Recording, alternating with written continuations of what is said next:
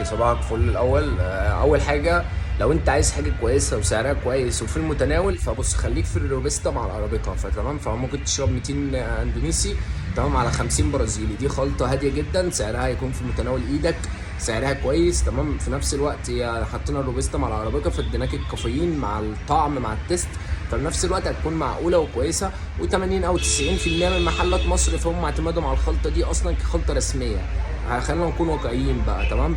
حاجه تستاهل كويس وحاجه كويسه. اما لو انت عايز تطلع فوق بقى تميل بقى للدرجات الكريمي والشوكولاته والحاجات اللذيذه دي، فبص فدخل ارابيكا حاجه. يعني مثلا هي هتبقى عباره عن 100 كولومبي، 100 هند ارابيكا، 50 برازيلي تمام. الخلطه ديت جميله، مياله للشوكولاته شويه، بيتعمل منها درجات الاسبريسو بكل انواعها.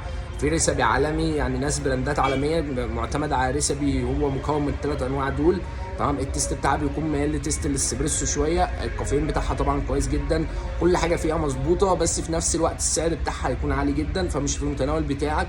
يعني لو انت مثلا بيت في متوسط بيشرب 2 3 كيلو في الشهر، فانت عايز ميزانيه بس للبن، فخلينا نتكلم في المعقول تمام. اشتغل على الحاجات اللي انت تقدر تجيبها تمام، وتكون متاحه قدامك، ويكون سعرها كويس وفي المعقول.